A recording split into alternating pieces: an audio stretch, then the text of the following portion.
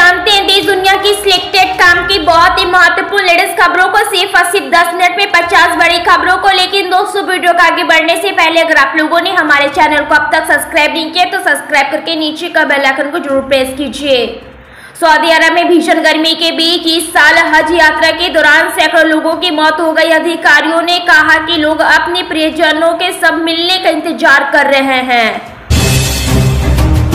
लोकसभा चुनाव में मिली जीत के बाद भाजपा के नेतृत्व में एनडीए की सरकार बनने के बाद अब देश के लोगों की नजरें बजट घोषणाओं पर लगी है। प्रधानमंत्री नरेंद्र मोदी जिन परिस्थितियों में तीसरी बार सत्ता पाने में सफल हुए हैं, उससे यह साफ होता है कि आगामी बजट पॉपुलिस्ट हो सकता है।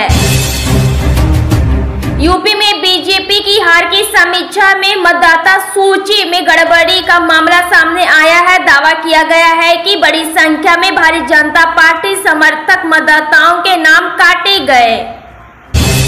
राष्ट्रवादी कांग्रेस पार्टी एनसीपी प्रमुख शरद पवार ने एक बार फिर केंद्र पर हमला बोला। उन्होंने कहा कि केंद्र केवल दशक नहीं बना रह सकता, उसे मराठा समुदाय और अन्य पिछड़ा वर्ग ओबीसी द्वारा आरक्षण की मांग से संबंधित मामलों को हल करने के लिए पहल करनी चाहिए। आम आदमी पार्टी आप के राज्यसभा सदस्य संजय सिन्हा ने हरियाणा से दिल्ली के हिस्से का पानी लेने की लड़ाई में विपक्षी गठबंधन इंडिया का समर्थन मांगा। संजय सिन्हा ने एक संवाददाता सम्मेलन को संबोधित करते हुए दिल्ली में गहराई जल संकट के लिए भारतीय जनता पार्टी भाजपा को जिम्मेदार ठहराया। कांग्रेस ने यूजीसी नेट परीक्षा को रद्द किए जाने के बाद केंद्र सरकार को आड़े हाथ लेते हुए आरोप लगाया कि मोदी सरकार लीक और फ्रॉड के बिना कोई परीक्षा आयोजित नहीं कर सकती। राष्ट्रवादी कांग्रेस पार्टी शरद चंद्र पवार प्रमुख शरद पवार ने कहा कि लोकसभा में नेता प्रतिपक्ष की नियुक्ति के बारे में कांग्रेस से फैसला करेगी, क्योंकि सदन में विपक्षी गठबंधन India national development inclusive alliance India की विभिन्न घटनाओं में सबसे ज्यादा सांसद कांग्रेस के पास है। उत्तर प्रदेश में योगी सरकार ने अधिकारियों को लेकर नई गाइडलाइंस जारी कर दी है। यूपी सरकार ने अपने अफसरों और कर्मचारियों के लिए मीडिया गाइडलाइंस बनाई है। आदेश में कहा गया है कि मीडिया में जिनको बोलना है पहले सरकारी मंजूरी लेनी होगी। उत्तर प्रदेश की 10 विधानसभा सीटों पर उपचुनाव की तैयारी तेज हो गई है। इसी बीच बहुजन समाजवादी पार्टी बासपा सुप्रीमो मायावती ने भी यूपी विधानसभा उपचुनाव को लेकर बड़ा फैसला लिया है। भाजपा यूपी विधानसभा उपचुनाव में सभी सीटों पर अपने प्रत्याशी उतारेगी। लोकसभा चुनाव में मिली हार के बाद मायावती ने बड़ा फैसला लिया है, क्योंकि भाजपा सुप्रीमो मायावती उपचुनाव में अपने प्रत्याशी उतारने से बचती हुई नजर आई है। हालांकि अब यूपी उपचुनाव में मायावती ने अपने प्रत्याशियों को चुनावी मैदान में उतारने का ऐलान कर दिया है। समाजवादी पार्टी के अध्यक्ष अखिलेश यादव ने यूजीसी नेट परीक्षा रद्द करने को लेकर केंद्र सरकार पर निशाना साधते हुए कहा कि यह देश के खिलाफ किसी की बड़ी साजिश भी हो सकती है। पहले नेट की परीक्षा पर घमासान छिड़ा था, अब नेट का एग्जाम कैंसिल हो गया है। कांग्रेस पार्टी ने पेपर लीक मामले पर केंद्र सरकार को घेरा है। राहुल गांधी ने कहा कि प्रधानमंत्री नरेंद्र मोदी ने जंग रुकवा दी है, लेकिन पेपर लीक रोक नहीं पा रहे हैं। राहुल गांधी ने कहा कि छात्रों की जिंदगी से हो रही है खिलवाड़। मुख्यमंत्री नीतीश कुमार ने आज कैबिनेट की बैठक बुलाई है। मुख्य सचिवालय स्थित मंत्री परिषद कक्ष में आयोजित बैठक में सरकार ने कई फैसले लिए। कैबिनेट की बैठक में कुल 22 एजेंडों पर मुहर लगाई गई है।